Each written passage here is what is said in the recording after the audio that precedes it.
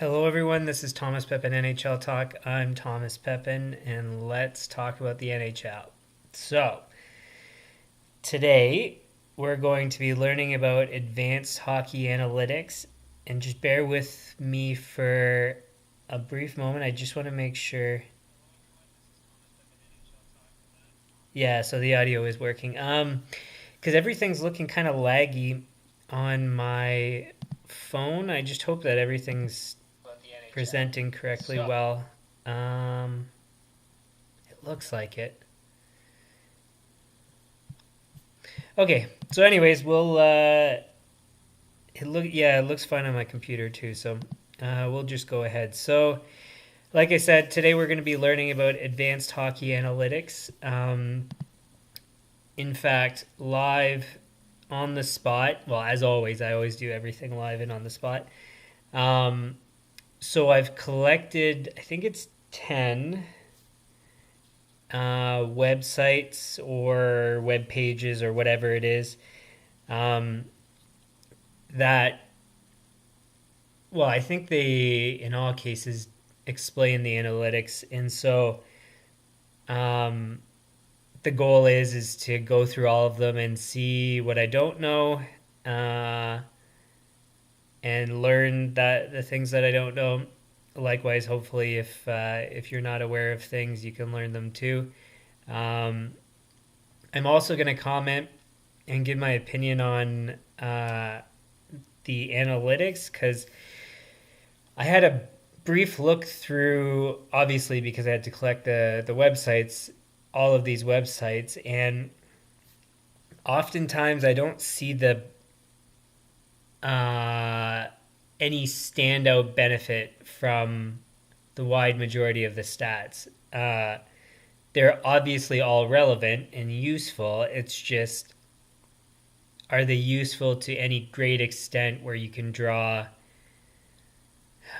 substantial conclusions? And to be honest, at this point, from what I saw, the answer is no. But we'll go through anyways.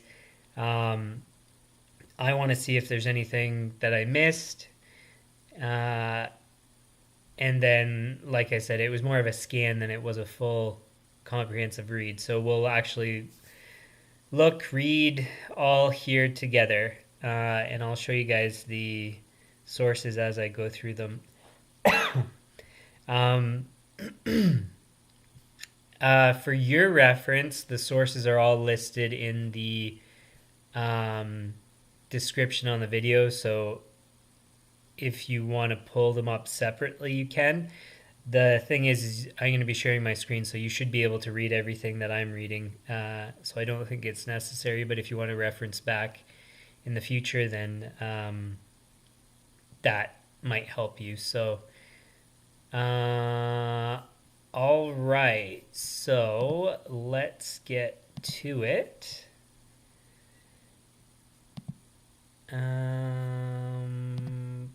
Boo.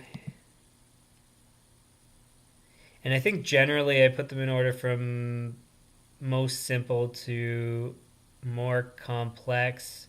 Not, I don't think in all cases, but in in general, it should be in that order. All right. So first is a summary article, and I believe the first two here are going to be summary articles, and then these kind of give you a simple description of things. Purpose again to start off with things more simply. All right, what are advanced analytics? Well, I mean, you guys probably can figure that out. History, who cares? Metrics of hockey analytics. All right, so you might have heard of Corsi, and there's Corsi for, Corsi against are the abbreviated versions there. And as it reads, Corsi can be understood as the raw sum of all shot attempts, including all shots on goal, missed shots, and blocked shot attempts. So basically, more shots on net, more goals over time. Kind of. So having done some pretty lengthy analysis myself using essentially all of the stats made available on NHL.com, which includes some of these, I found only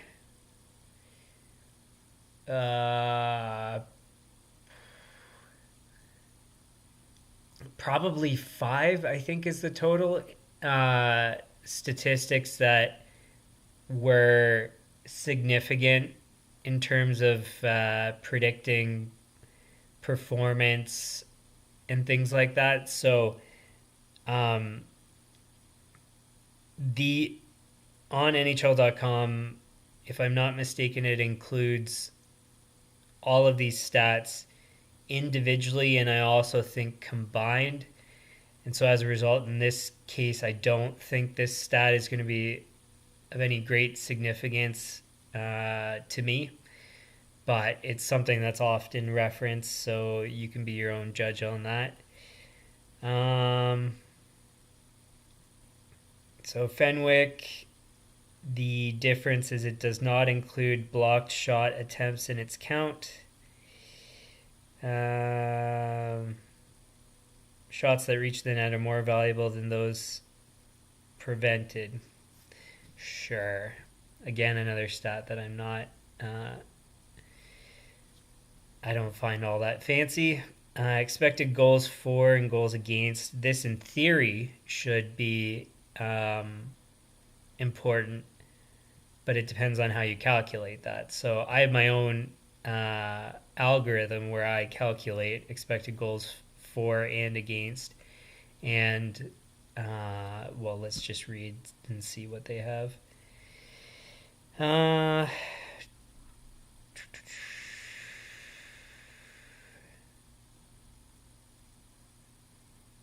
Shot angle, location, distance from the net, other variables.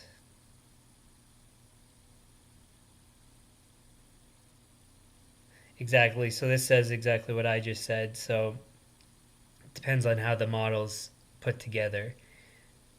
So in theory, that would be great if you had all of those stats and they were combined in a significant way for things to make sense and be predictive or give you good ideas of outcomes, then that would be great. But it doesn't seem, well, okay, it's possible, but I haven't seen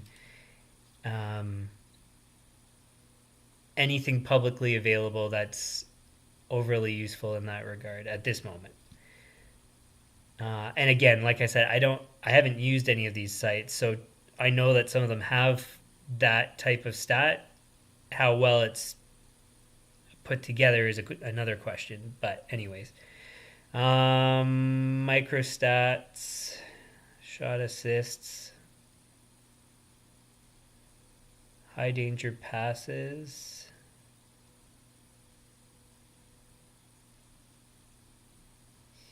scoring chances,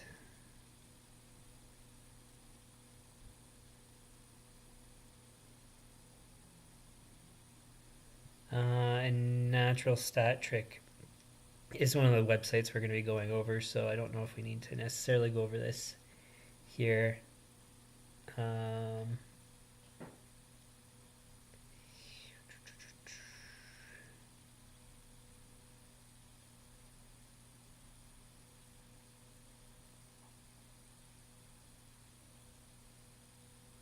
Yeah, so shot attempts are given a value based on where it was in the offensive zone.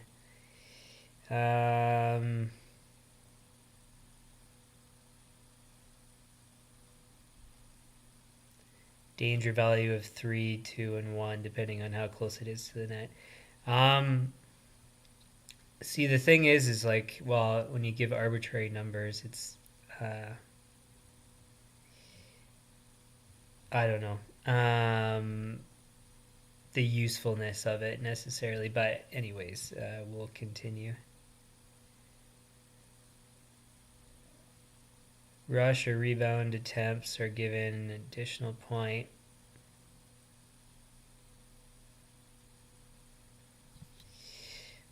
And then that's going to be in the glossary. Well, we'll just open this separately in case I don't come across it later. High danger chances.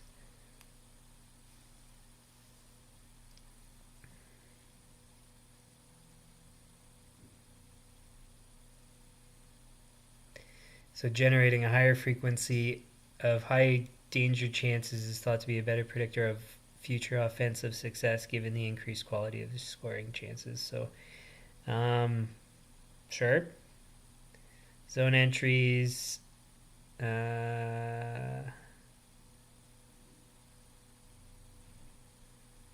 Controlled or uncontrolled. So with the puck or dumping it in.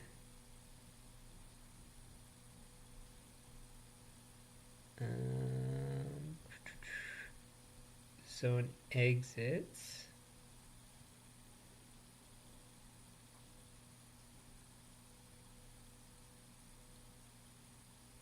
So how they exit their own zone, I guess. And same thing, controlled or uncontrolled. There is goals saved above average. So that's a given goalie to an average goalie.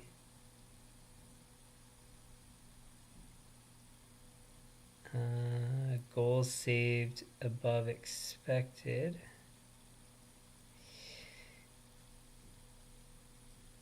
It's derived by calculating the difference between the total goals expected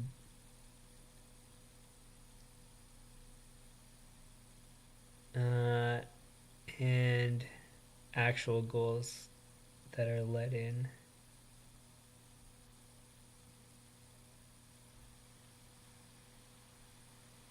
And so that's accounting for shot quality. On ice shooting percentage, so shooting percentage of the team when a player's on the ice. On ice save percentage.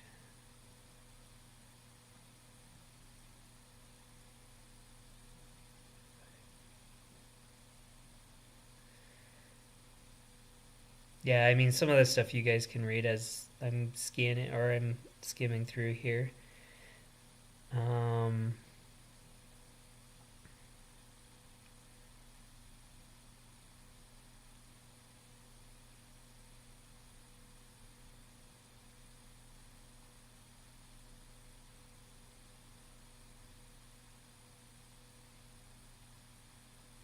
PDO.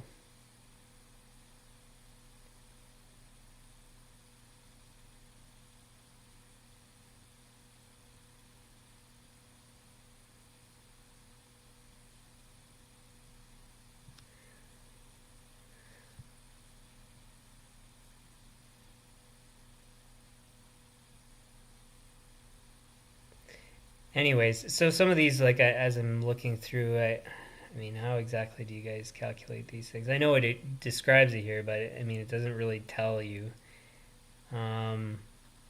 or applies the usefulness or makes it clear exactly how they're calculated.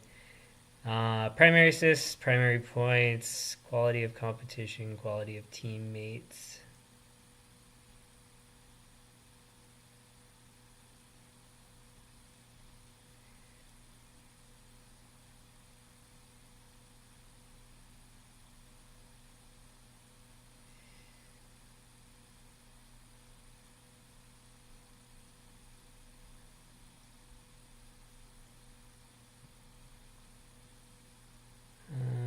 Zone starts.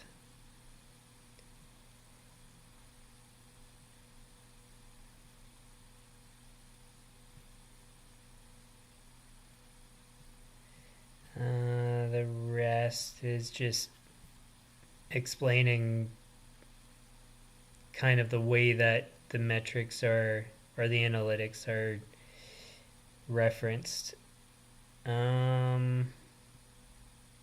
Cool. So I mean, yeah, it tells us about some stuff, but applying them and usefulness is, like I said, it's another story. I'm not sure. Um, so Northwestern Sports Analytics Group. Northwestern, I believe, is a good school.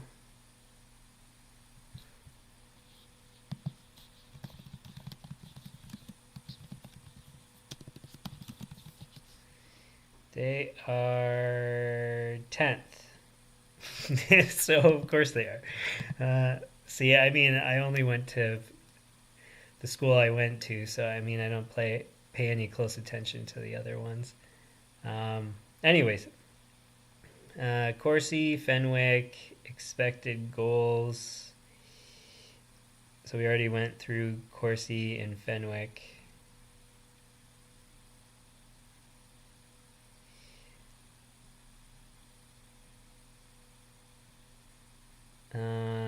Expected goals is similar explanation here to what we heard before.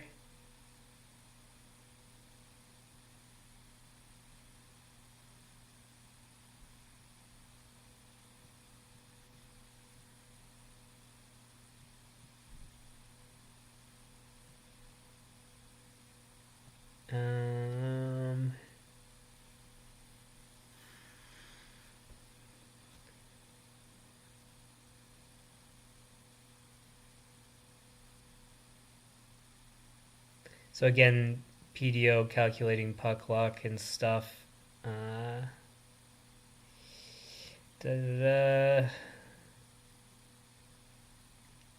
According to some guy, hockey has the most luck involved of the 5 major professional sports.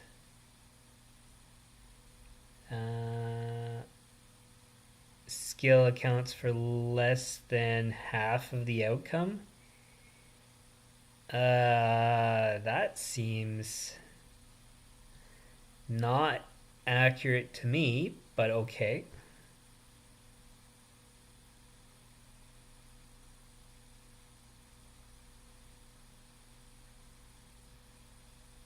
So the quality of the ice the guy's talking about, I mean, I guess. um, maybe. Anyways, so yeah, it doesn't really teach us much more. Puckpedia is the next website here.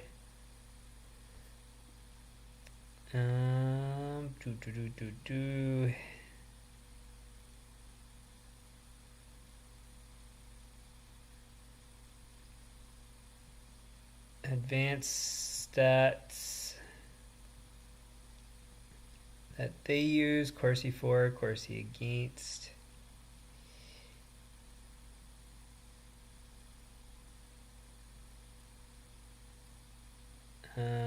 Corsi for and against relative to teammates.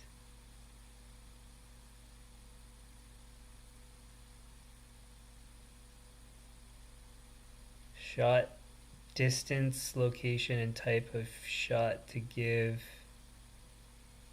each shot a danger value. So DFF percentage. Dangerous Fenwick 4 against ratio. So, okay.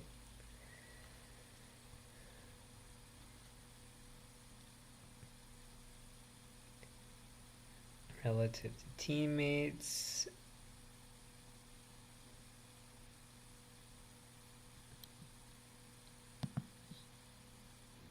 So expected goals for, again, it's everybody has their own methodology, so I'm going to have a look at the link they provided here.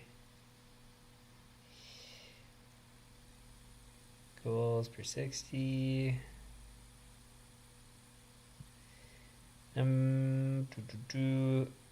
GSAX, goals saved above expectation measures number of goals a goaltender has saved compared to the number of goals they are expected to have based on the quality shots they've faced. Sure, let's take a look into that. Player rating, measuring a whole bunch of stuff.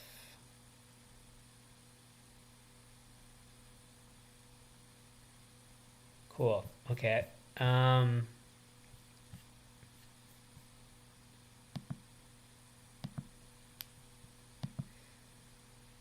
See what they have. Whoops.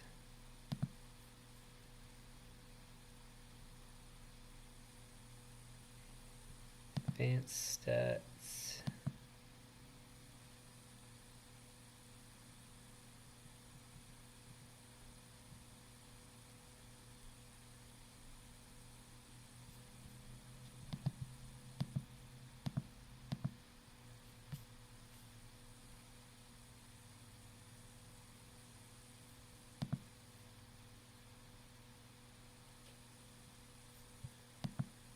So relative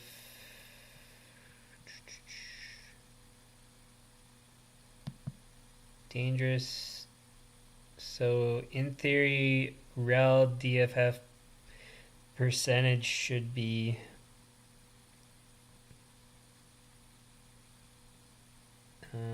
higher than 1, I guess.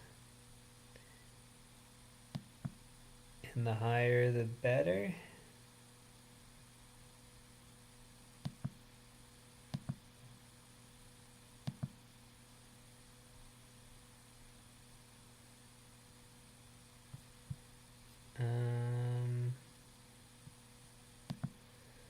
Let's see.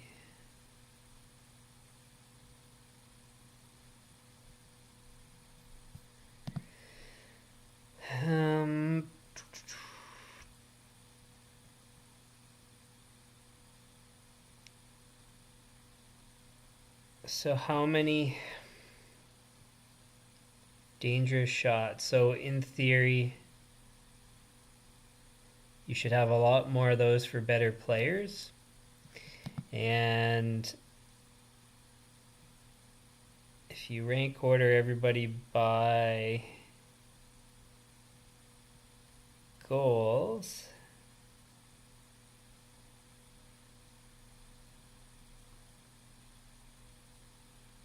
I mean, you've got guys like Scheifele,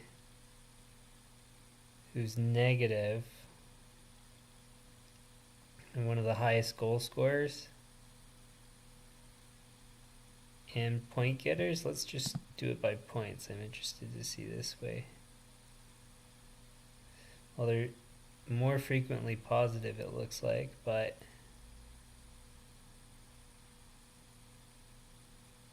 I mean, it's saying here that Draisaitl is only slightly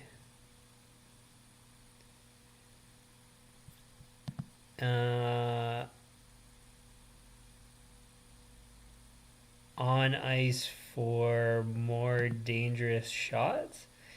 It just see, this is what I mean, is like some of these stats I don't know how much you're gonna get out of it, because it doesn't seem like it's telling us much. So like Ovechkin's a negative 0.7, and if you're trying to figure out, okay, in this case you want somebody that's on for more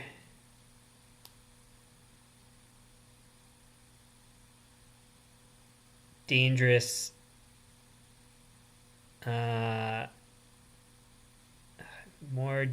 shots than in comparison to their teammates. And it's like, but it doesn't it doesn't make sense as having any great value if a guy like Ovechkin is not Um,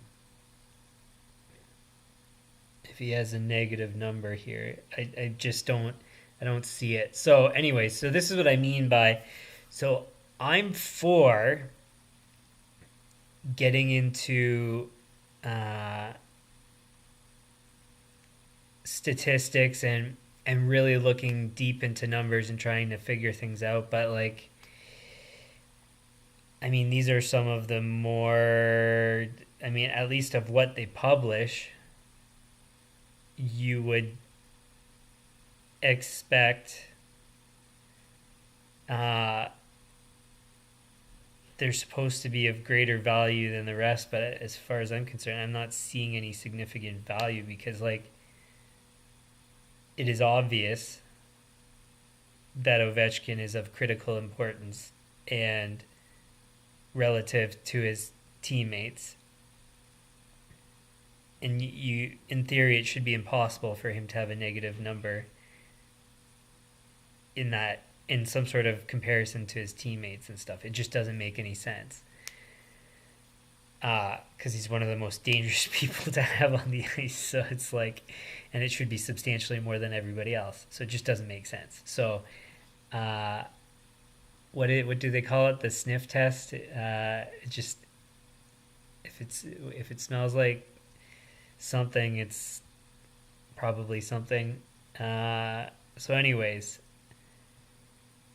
it doesn't pass the sniff test as far as I'm concerned. So, anyways, so those are some stats that are supposed to be significant, but I can't see how they are. Where they have goalies? Can we see this stuff? They're supposed to have the goals saved above expected, but it doesn't look like it's showing up here. Okay, well, anyways, so we've learned about stats, but the application doesn't seem to be showing you things that are of any great significance. So maybe I'm crazy and missing things, but upon first glance, that's what I see. So, anyways, expected goals model.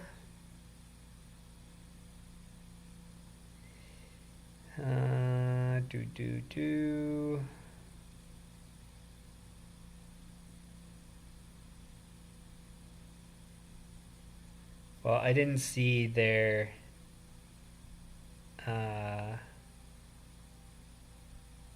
stats published anywhere, so another caveat I should mention is I haven't reviewed my statistics reference materials for a while. Probably something I should do at some point soon, especially talking about hockey and stuff. And then maybe for my own use, to be able to analyze things differently. But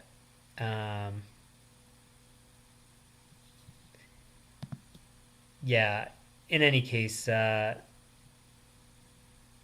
still, again, it's the sniff test for a lot of this stuff. So it doesn't make sense. There's probably something missing here.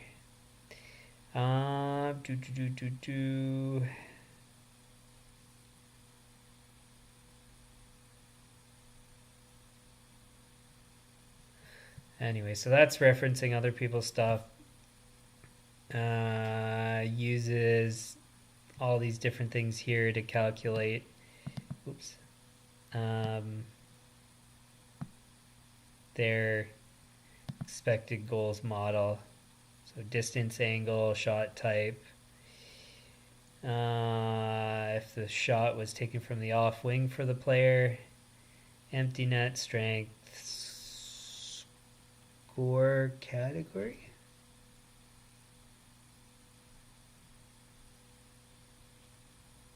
Differential, I don't know exactly what that's getting at. Forward, Home team. It seems a bit. If you're. The player's going to score more because they're at home? I don't know if that's been proven. Distance from previous event makes sense. Time since last event. Angle change. Previous event and team. Okay, well, anyways, it's got some stuff that seems like it makes sense, but who knows what the results are because I don't see any access to the data. So,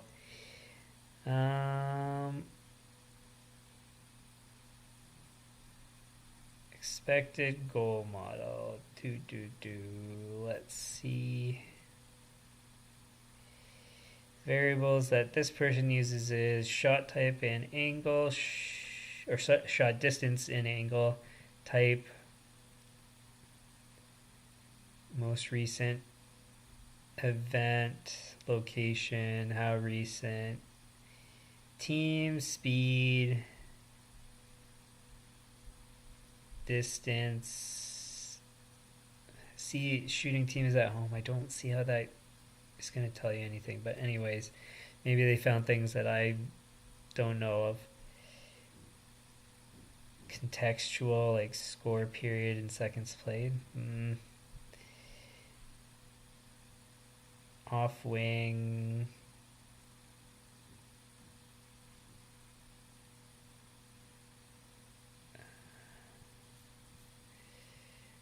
Do.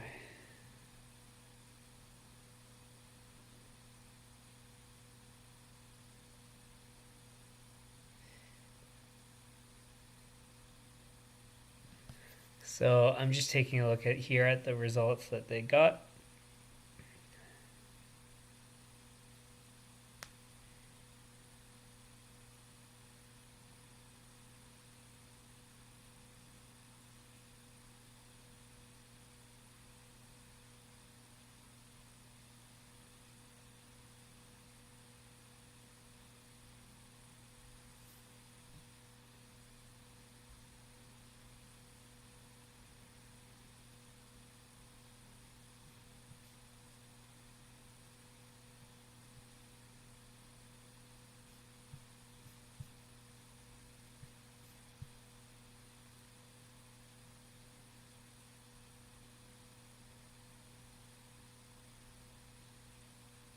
Cool. So, I mean,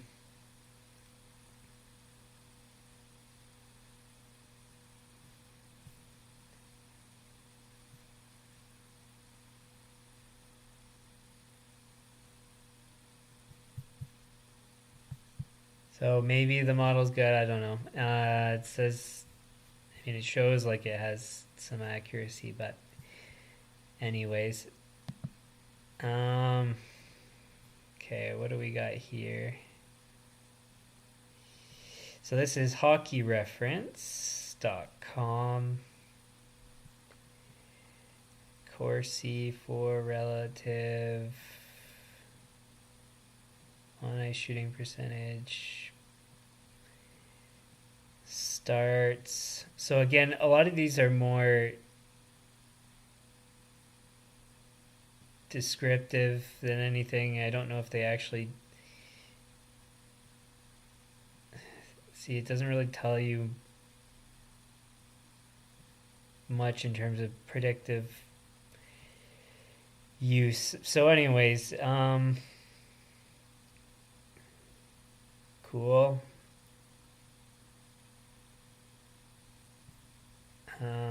Don't really need to go into the glossary for that.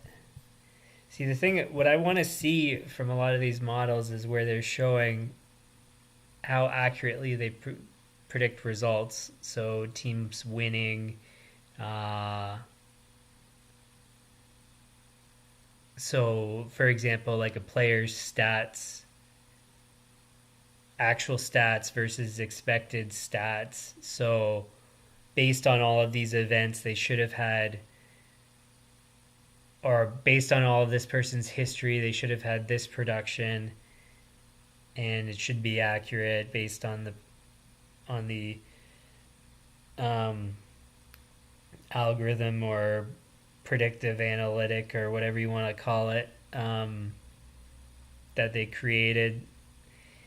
I mean, just describing what's happened, I don't know how much it tells you. Again, you can draw things out of the data. It's just that um, to what extent, like what exactly are you getting out of it? Um, you'd need more complex, it's like I said, algorithms, things that, you know, combine all of these different data points and actually can predict things. Uh, Whereas if you're just giving information on what's taken place, I mean, okay. Um, was there anything else here?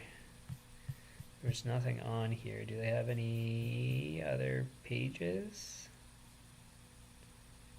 Players, teams, seasons, leaders, scores, playoffs. Stats. Doesn't look like it's giving anything more. So, don't see much from that.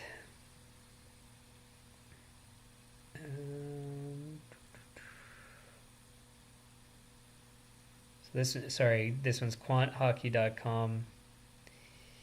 Players, nationalities, provinces, birth years. I thought this one was supposed to have stats, but it might not.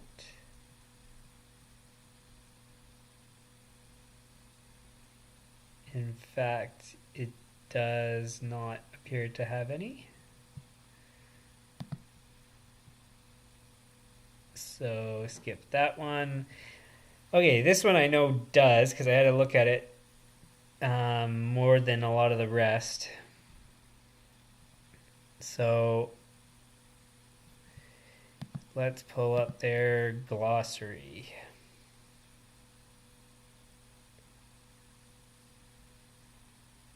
So expected goals should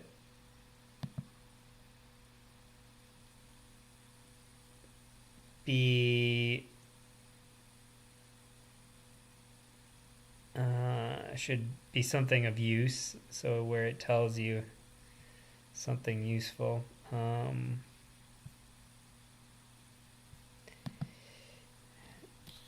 That's fine.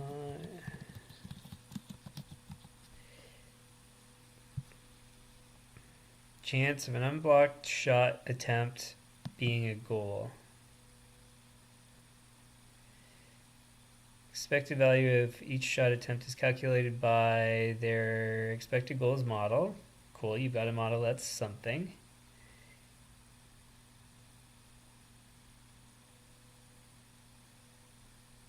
The expected goal value assumes that a player of average shooting ability is taking the shot. Player's shooting talent is not factored into the metric.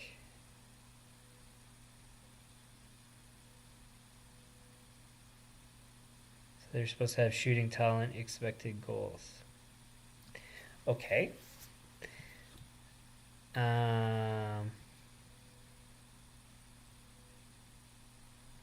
So I don't know what their model consists of.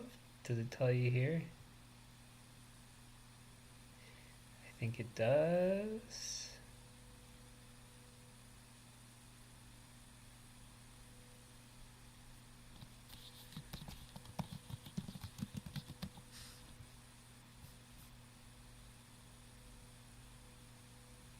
Pre-game prediction model.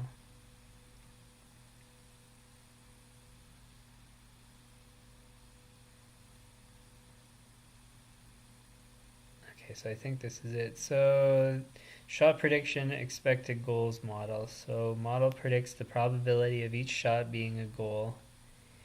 Distance from net, angle of shot, type of shot, and what happened before the shot are the factors. built on a bunch of data.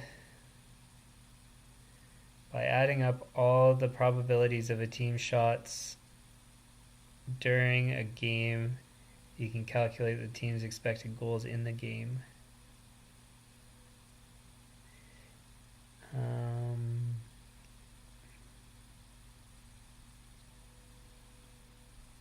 Blah, blah, blah. Does not explicitly use variables for rebounds or rush shots. Looks at speed between events.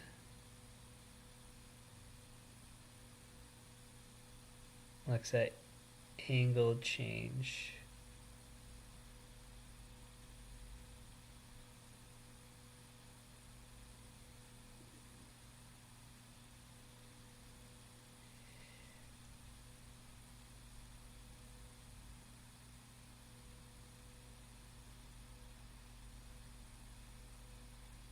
Okay.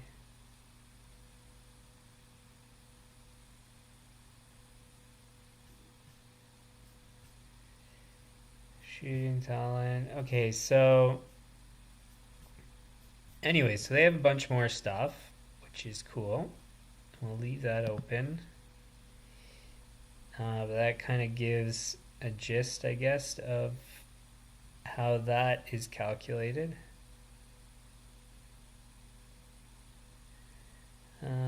Share of possible ice time, percent of starts in offensive zone, neutral zone, defensive zone, on the fly. So again, a lot of this is descriptive. It tells you what people did, but what I would want to know is what the relevance is. So what does starting a shift on the fly produce? Like, does it mean that you score more, you score less? What does it tell you? And anyways, so just continuing through and looking more. Goals above expected. Let's see. Goals above.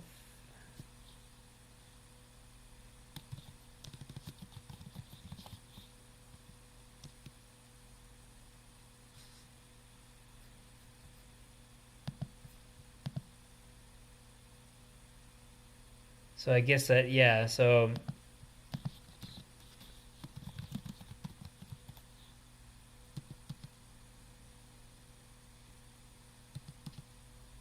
give me a sec here. No, it's not looking like they have anything that further details what this means, but goals above expected, I think essentially they compare probably the actual to expected goals. So let's just see if the math adds up. Minus 11.5. Goals are, yeah, so 31.5 minus 20 is 11.5. So he's expected to have had 31.5 goals, has had 20 goals. So that makes sense then.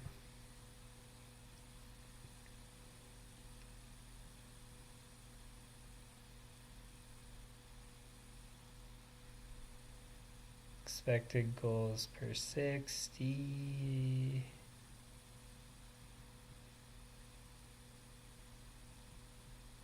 Goals per 60. Shooting percentage on unblocked shots.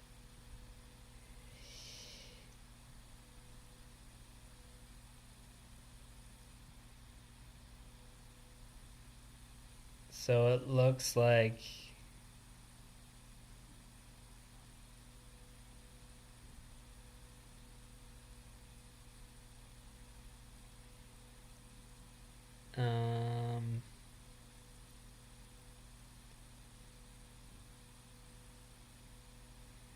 yeah, so Hyman hasn't been scoring on goals that he should have scored, I guess is what it's telling us here. Cool.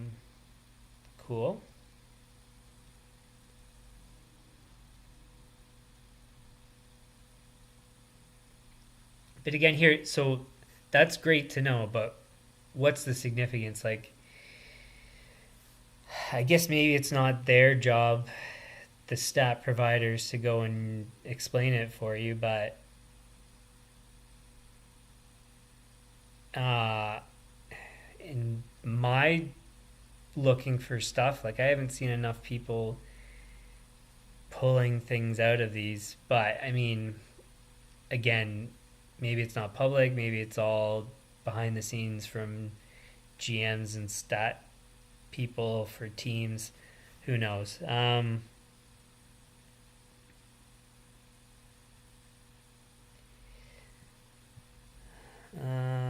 Danger attempts.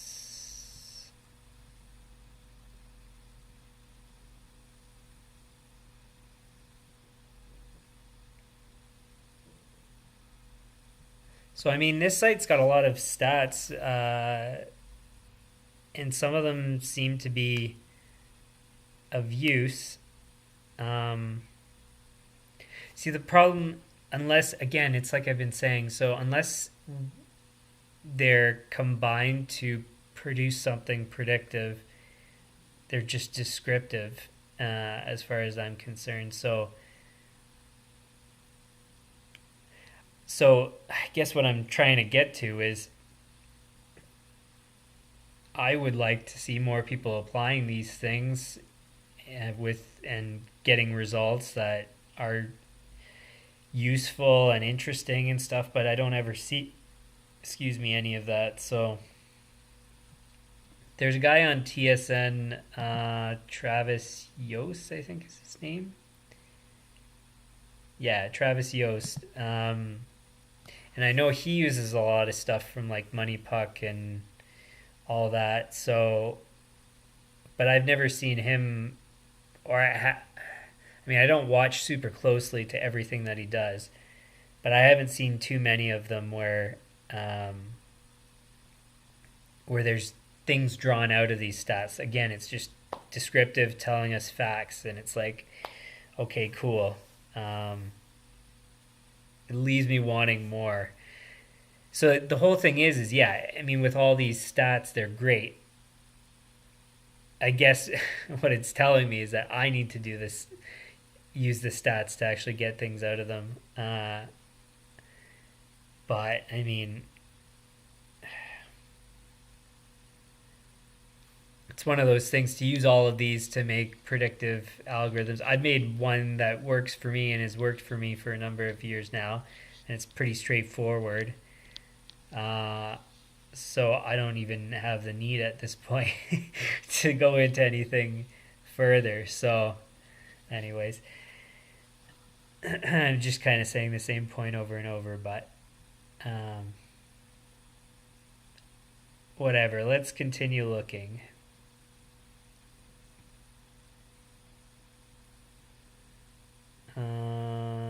On ice goals, relative goals, on ice flurry goals, adjusted goals, rebounds, share of goals from rebounds.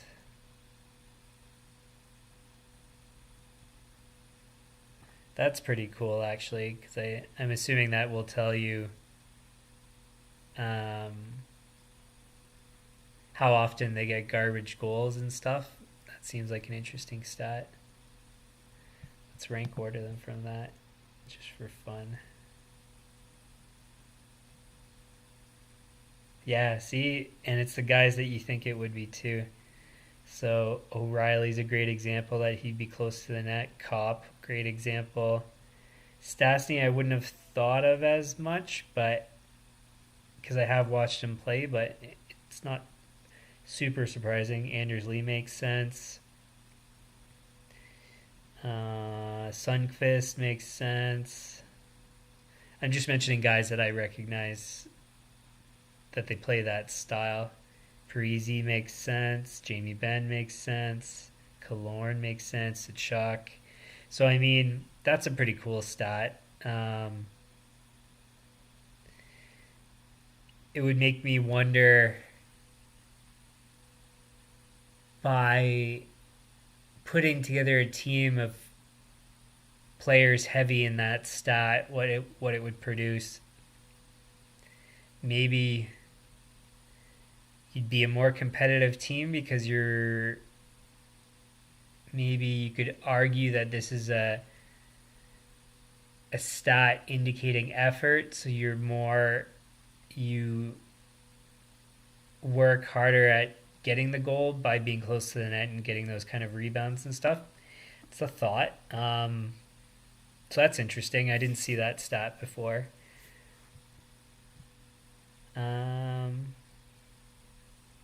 Rebound, shooting talent above average. I want to rank that one too. So it should be an indication of the best shooting players, which looks pretty darn accurate. Stamkos, DeBrincat, Panarin, Kaprizov, Matthews, Laine, Robertson, Pedersen.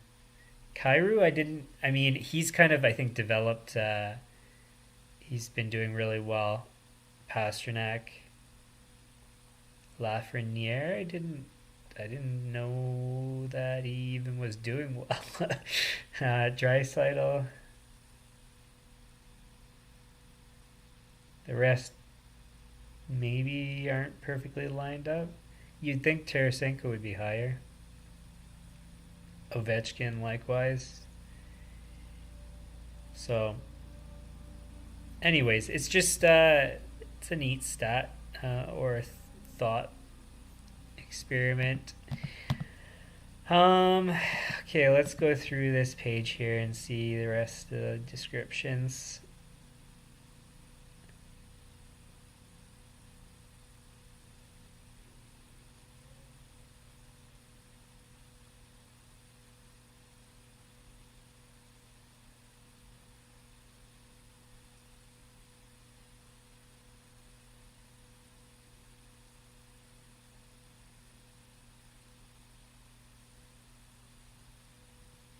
Score adjusted. That's an interesting thing here. So adjusts metrics to give more credit to away teams and teams with large leads.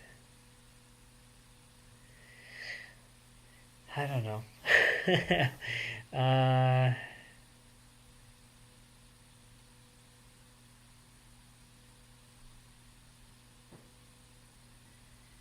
Deserve to win a meter.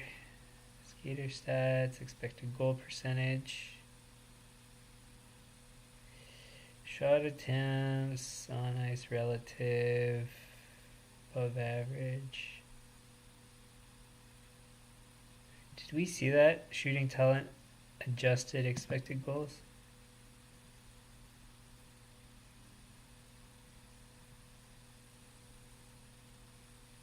So, okay, yeah, no, it was the last stat. We didn't really look further.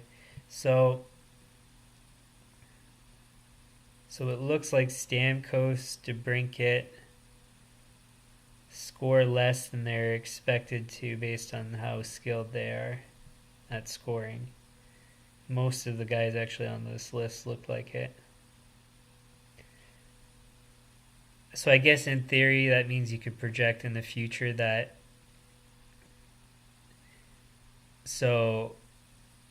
usually in stats everything regresses to mean, so it goes to the player's average, which would indicate that Stamkos,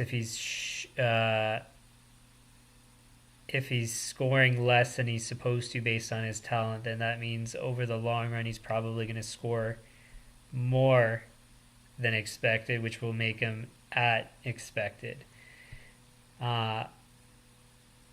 So that's interesting. And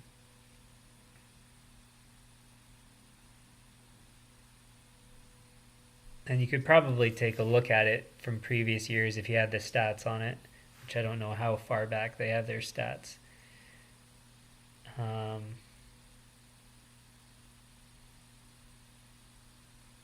So the opposite here. So for example, Robertson is maybe scoring more than he should have, and then so maybe might score less in the rest of the year. The other thing is I mean, what if their talent's actually increasing, and then that's so it hasn't been quite accounted for yet. Maybe they could be trending up still. Interesting questions. Let's go back to the terms.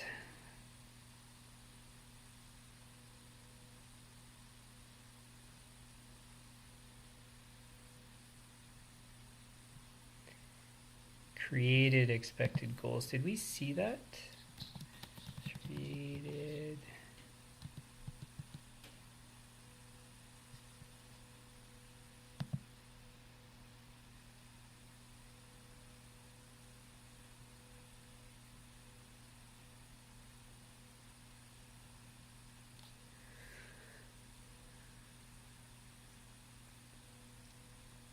That's interesting. So people that create goals, more or less, is what it's supposed to tell us.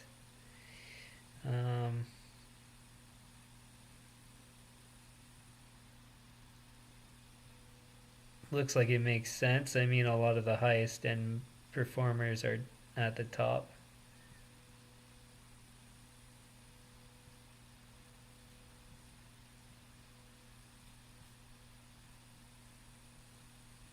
It's interesting.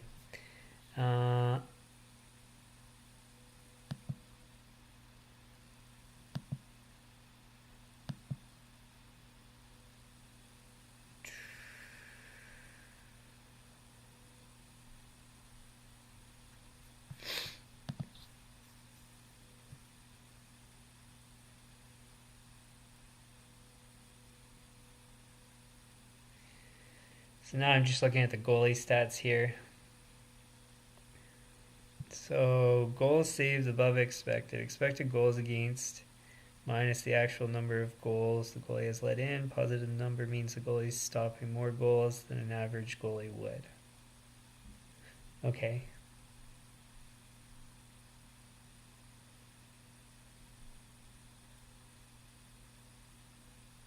I think save percentage of above expected is probably better.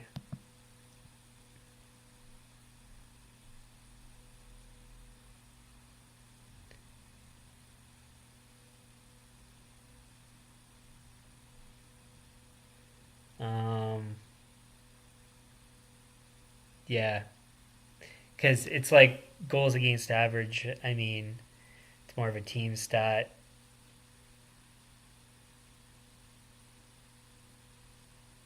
Um, it could, I mean, it's still relevant to the individual, but it's hard exactly to say. Let's see.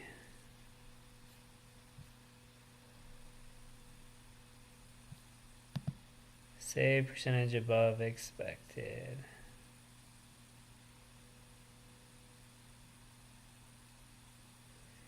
So the best goalie should be at the top here. So Ullmark, Sorokin, Gustafsson, Hellebuck, Saros, Oettinger, Shesterkin, Vasilevsky. If you actually take a look at the percentage, it's not by any massive amount. So 0.014, oh, well, 0.012 for Sorokin. So, I mean, that's 1.2%.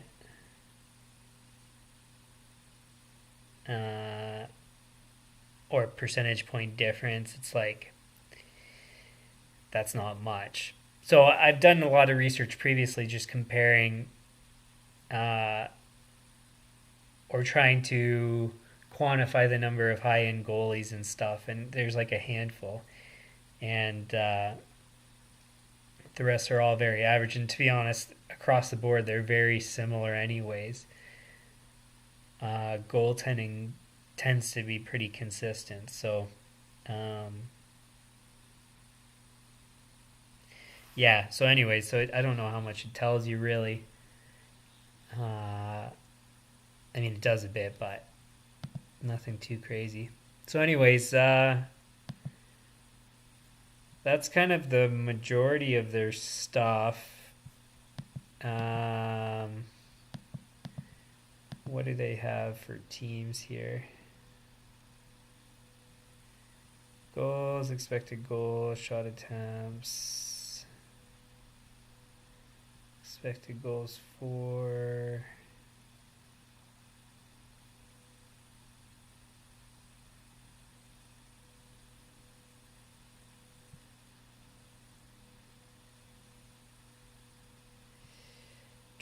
Do.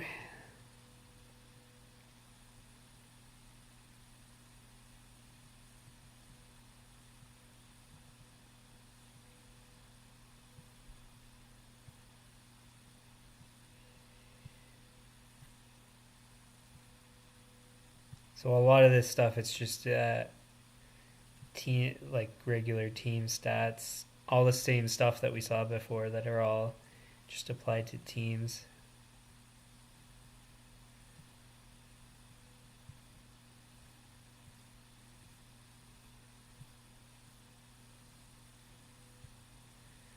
So again, it's more descriptive than really predictive. It's as far as I'm concerned. Um,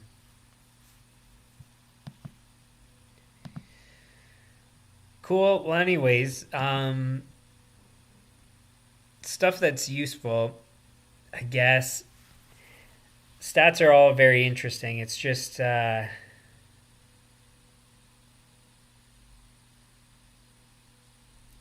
I need to see models and algorithms and stuff, and but again, it would make sense they'd all be private if they're good, because why would you make that stuff public if it can probably make you a bunch of money? So it's like it's not surprising. So cool. Anyways, so of all things to all websites so far, MoneyPuck seems to, assuming their data is accurate and everything, uh, I've seen them referenced often, so you would think that it's probably accurate and good. So maybe a site to bookmark and reference in the future. All right, so give me one sec. I want to check something. Do, do.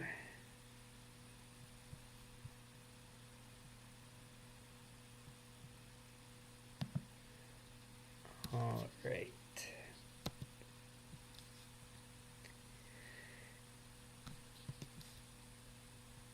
So next one up is natural stat trick, which I've seen referenced a lot, but when I looked at it briefly, I didn't see much for myself. So it's got games,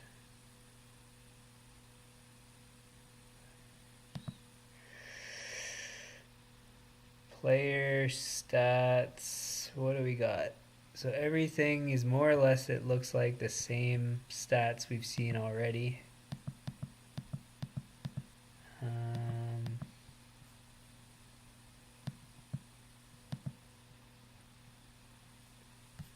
Yeah. Oops. Oh, so it does go further.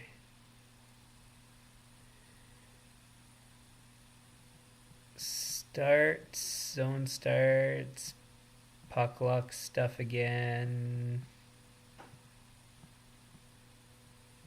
High danger scoring stuff. Expected stuff, Corsi and Fenwick. So it looks like all the same stats that we've seen. Individual.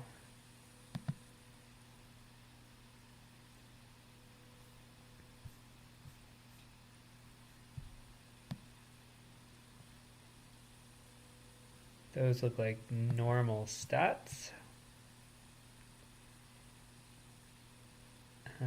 Oh, that's cool. They've got defensive pair stats. So this actually would be really interesting to take a look at. Um, yeah, this is a really cool idea. So you would assume it combines the stats of the two players playing together um, for the time that they are playing together, and it's probably interesting and significant. Uh, so that's pretty cool. You can compare players. That's pretty cool.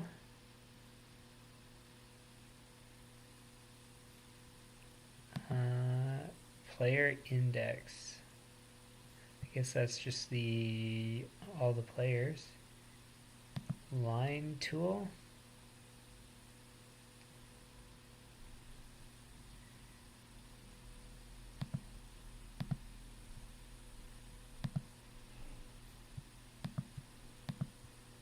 So I guess maybe you can figure out stats for groups of people. Let's just try it out. Those are two defensemen, forward, and let's go with Seagrass.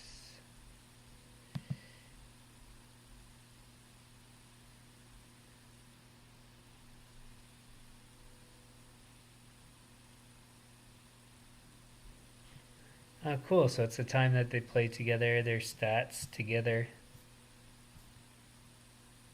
So same story as defensive pairs, but you can do the whole line. That's interesting.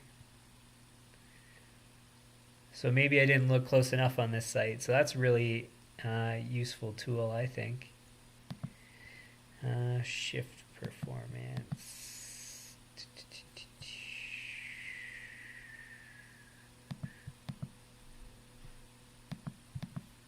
So what does this do?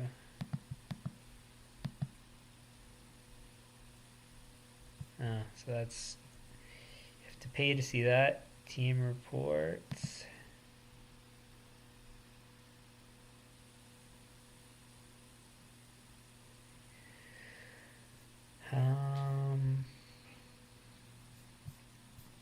Wow, this has got a lot.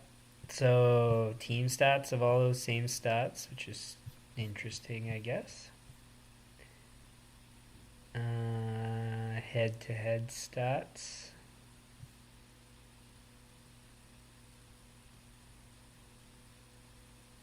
Averages.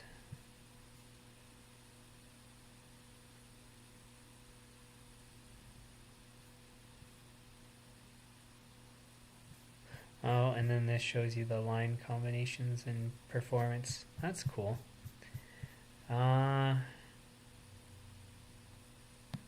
Season stats. It's probably, yeah, just the broad stats for the teams.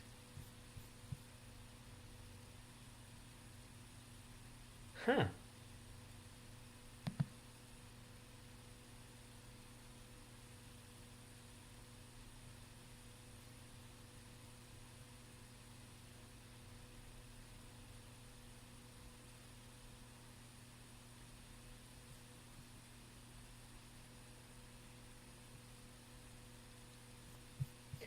So this thing said alternate standings. I don't know if this is...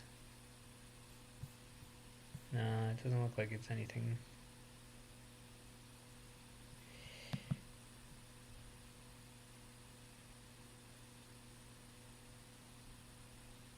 Because it looks like it's just actual standings. I thought it was going to be maybe based on their models, what the standings should be. Something like that. I think these are the actuals. Looks like it. So anyways, another site that's pretty cool to reference. More tools that you can apply. Again, assuming that they do their stats well. And this one I've seen referenced a lot as well. So my assumption is it should be accurate. And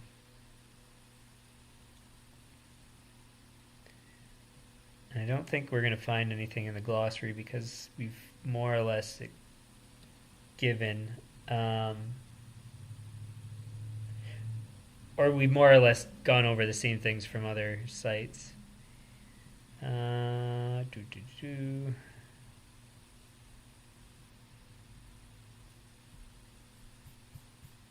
I think this does a better job of organizing them, though, that's for sure. It's a good glossary. So cool. So another site that's interesting. Again, the application's usefulness, without getting into anything super complicated, seems I'm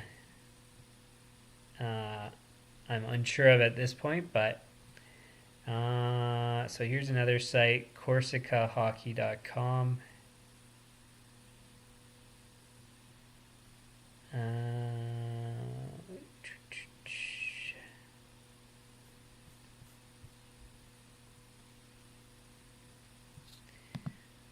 Let's have a look at their stuff.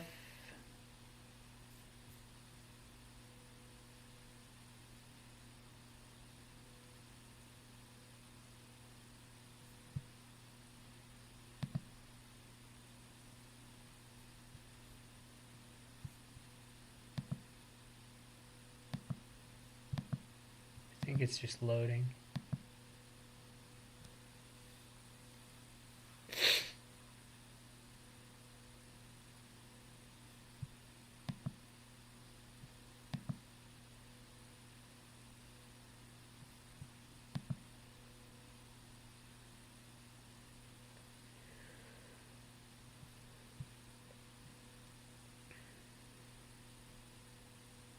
So they are claiming they've distilled all of the statistical information that's available into one single number using machine learning algorithms.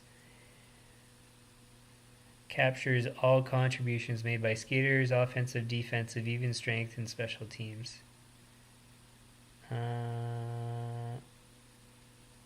Ratings. The best players should be at the top. And for the most part, that's the case. See, that's where it's like we saw in the other thing about Draisaitl. It said that he wasn't of all major significance in terms of expected goals or something along those lines. I can't recall exactly. And he's number one on the list. And it's like, that's when you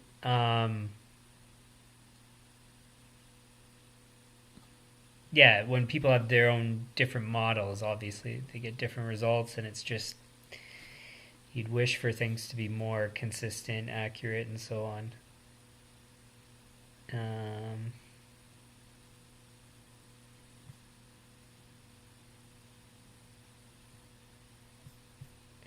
So anyways, maybe this is accurate, who knows, but it's something you can reference. Well, and so here's another example. Another thing we saw, Tarasenko low on the list, and then here we see him towards the top of the list, and it's like, I don't know. Cool. So anyways, so maybe this is good, maybe it's not, who knows. Is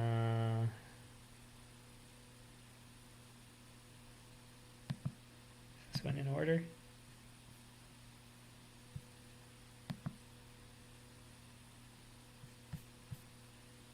Guess so.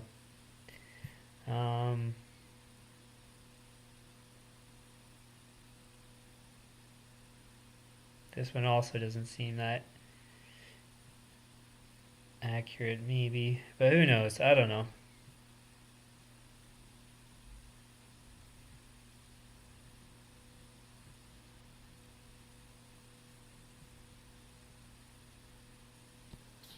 Where's Sorokin? He's not even on the list.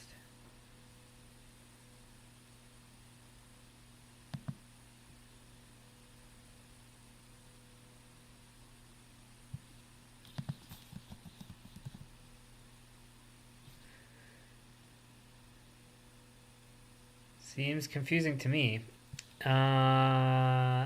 Okay. This thing was supposed to load something and nothing's actually there.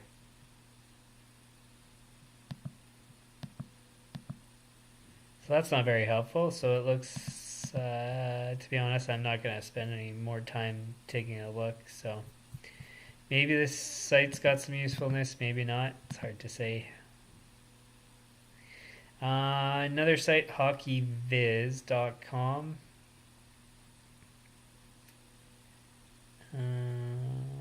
Let's see what they have. Matchup simulator. Let's see what that says.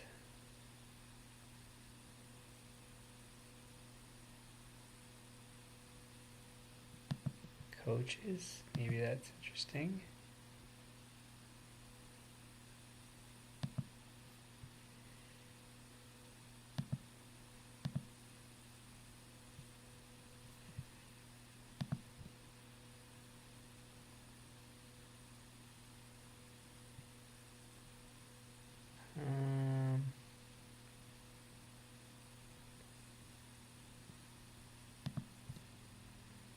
So I'm just opening up a few different pages and we'll see what they tell us here.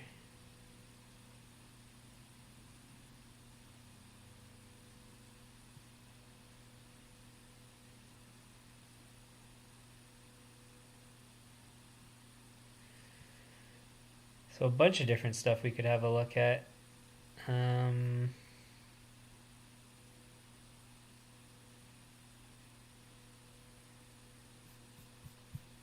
Cool. Oh, this might all be... Oh, maybe a couple are accessible.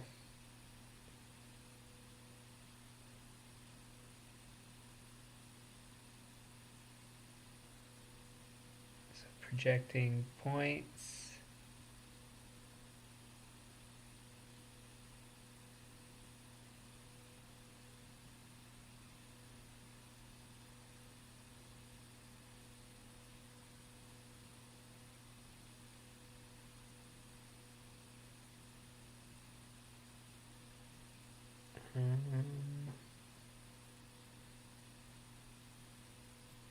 So we don't know.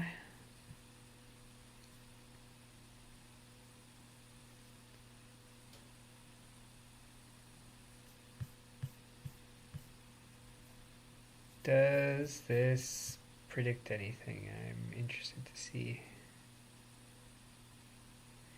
I simulated the 22-23 season a million times to estimate what's likely to happen. He's got some model. Estimated likely rosters.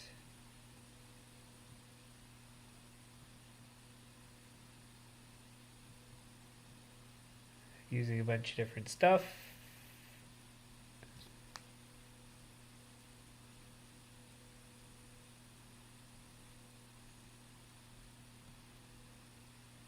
So let's see what the results are.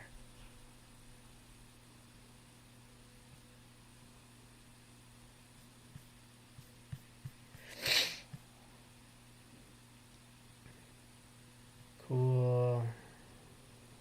Shot rates. Penalty rates.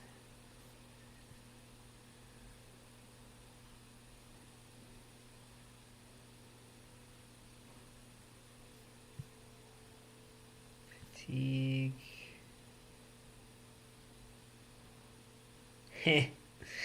See, I'm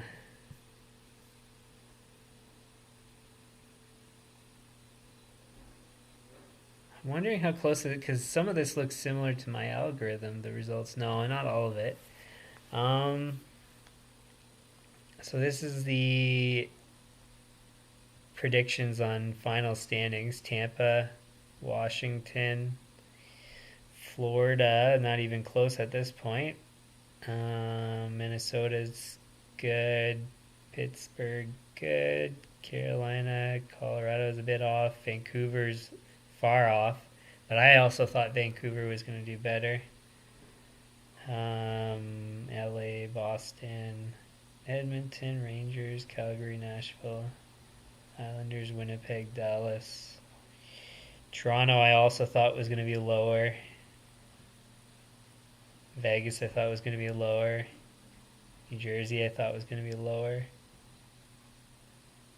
Seattle I thought that. So for the most part we had similar predictions. Not quite the same, but at least my algorithm compared to this person's model algorithm, whatever they want to call it.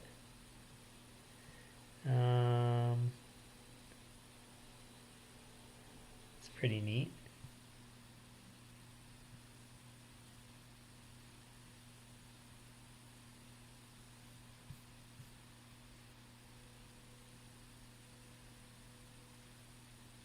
So we'll see if it's actually accurate in the end, but so for example, they had Canucks finishing first, Kings, Oilers, Flames, Knights, Kraken at the bottom. See, that's the thing, is it's like apparently the algorithm's not so accurate in the end.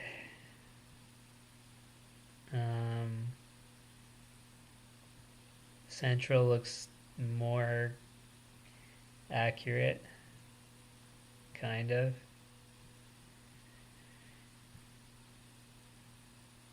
Metropolitan seems somewhat close. Atlantic, close. So anyways,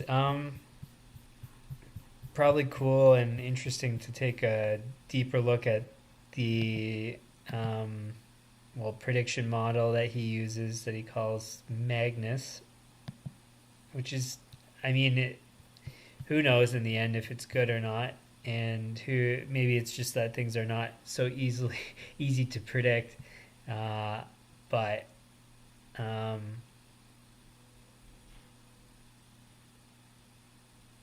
yeah. Anyways, in any case, probably some stuff to take a further look at.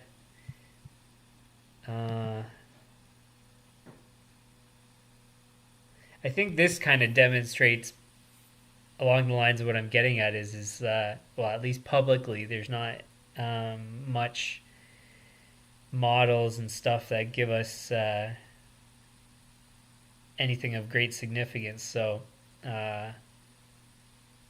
you can do all these super calculations and run things a million times, like this guy said, and still not get accurate results. But again, the season's not over yet. We're only halfway, but some of those things don't look like they're going to turn out like Kraken finishing bottom of the Pacific, I think is their division. So anyways, but neat, something again maybe to bookmark, look into further. And last, there is evolvinghockey.com. And they have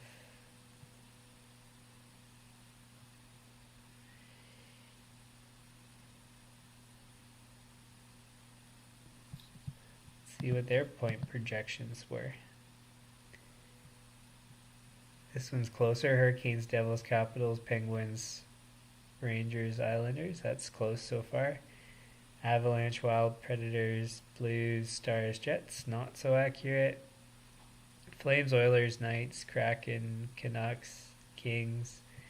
Semi-accurate. Leafs, Panthers, Bruins, Lightning, Senators. Semi-accurate. So again, the same story as the other guy.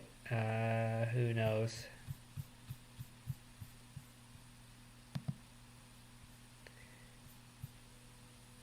So, I don't think there's really much more of a point going through these things. So, I think what we've discovered here is that again, at least what is publicly available, people can put in all sorts of different analysis and gather all sorts of data and not produce accurate results. So I'm not what I'm not trying to argue is that advanced analytics aren't worthwhile. Um, but I'm also not going to say that they're fully accurate or should be heavily relied upon. So, uh, it's like I spoke of earlier. It depends on how you create the stats. All stats can be made into whatever you want depending on how you create them. And so, like, um, danger shots, how do you quantify them? Well, why should one danger shot be a two versus a three when they're literally an inch apart?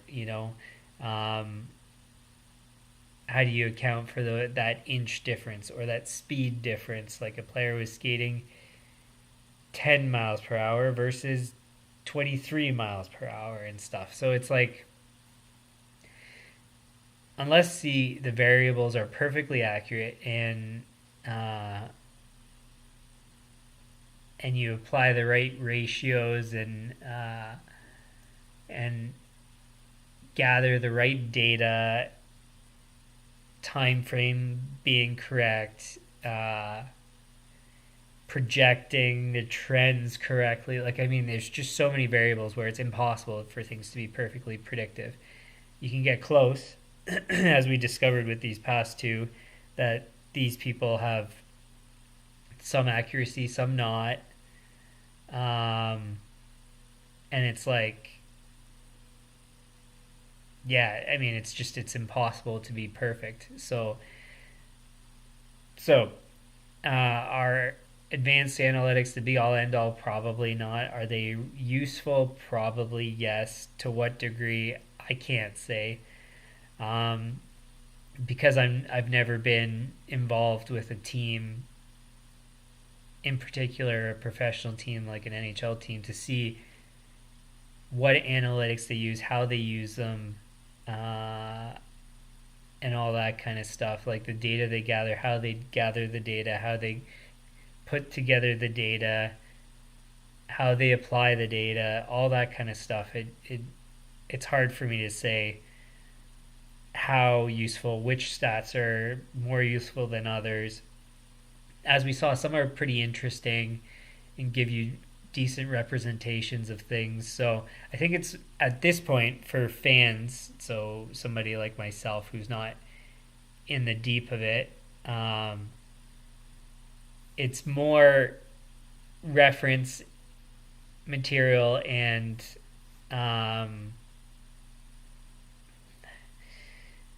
well, it depends on what you're trying to accomplish. If you're trying to do sports betting and get things right, well, that's where it seems as though it's difficult to predict, and I've discovered that myself on a game to game basis, at least. Over the span of a season, I've found that I'm able to predict things relatively correctly. So that's the thing is depends on time frame you're applying it to, the exactly if you're just trying, so if you're doing fantasy pools and stuff like that, um, if you want to win money and stuff, well, maybe you want to get into these things further. Whereas if you're just a casual fan, then maybe you don't even bother looking at these. So in my case, I've looked into these as much as I've needed to accomplish what I want, which is, I do sports betting for futures, which is predicting who wins the cup. Or the one that I choose is predicting who wins the cup, and I've been able to accomplish everything with what I've put together. So, yeah, so depends on your goals, and it's hard. Again, like I said, it's hard to say without being right into the weeds of of this as your job. So hopefully I've shown you different advanced analytics that maybe you haven't seen. At least there's some websites you can reference. Again, they're in the description there. Um, and just going back, I might as well reiterate which ones I thought were useful. So uh, give me a sec. I need to pull them back up.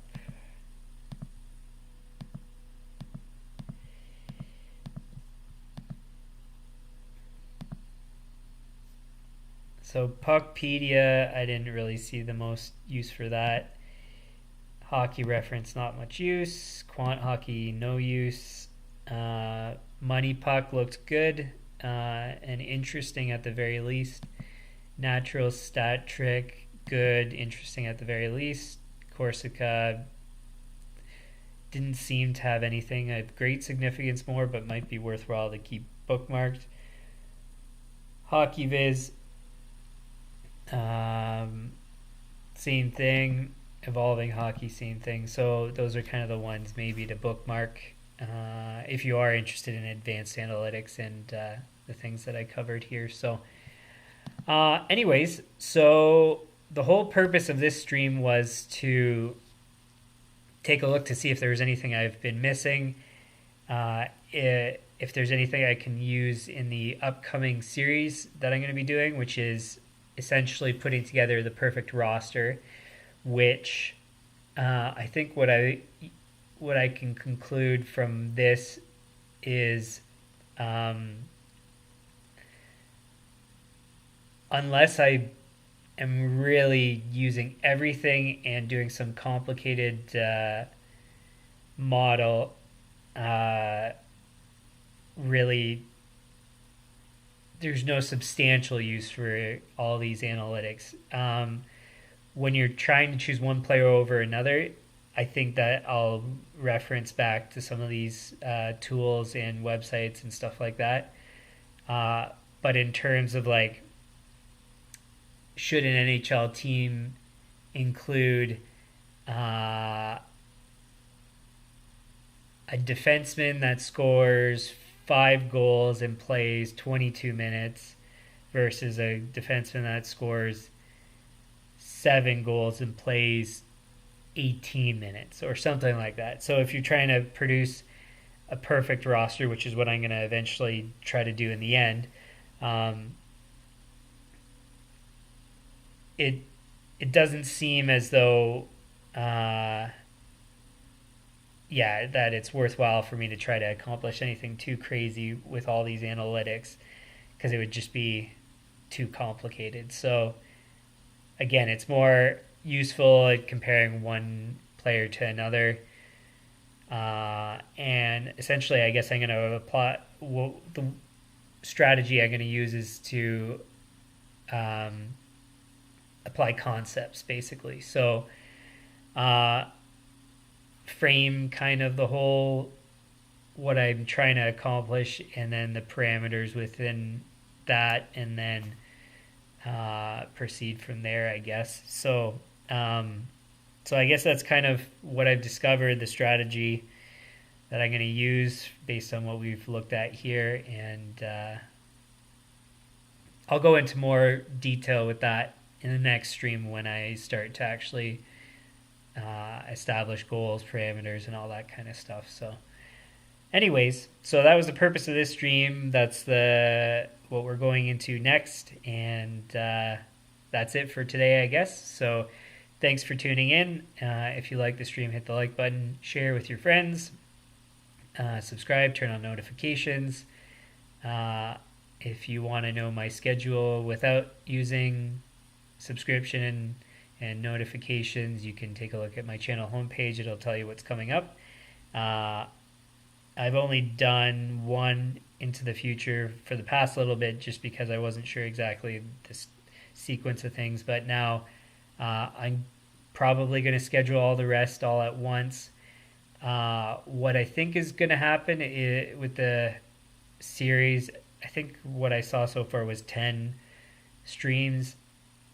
it might change where I add in some, subtract some, depending on what I do and what I accomplish and all that. Uh, so I should have the future scheduled out for a little while. But in any case, the normal stream time is 2 p.m. Eastern. I'll let you know if there's any changes, and just no Sundays is the plan. Otherwise, if you have any comments, leave them in the comments. Suggestions, would very much welcome those. If you have any suggestions, and yeah, for topics, I'd like to do things that are interesting to you guys, so please let me know. And I think that covers everything. So thanks again for tuning in, and we'll see you tomorrow, starting the series that I think is going to be really exciting for me, because I really like strategy stuff, and this is all going to be strategy. So, yep. So thanks for tuning in, and we'll see you guys tomorrow.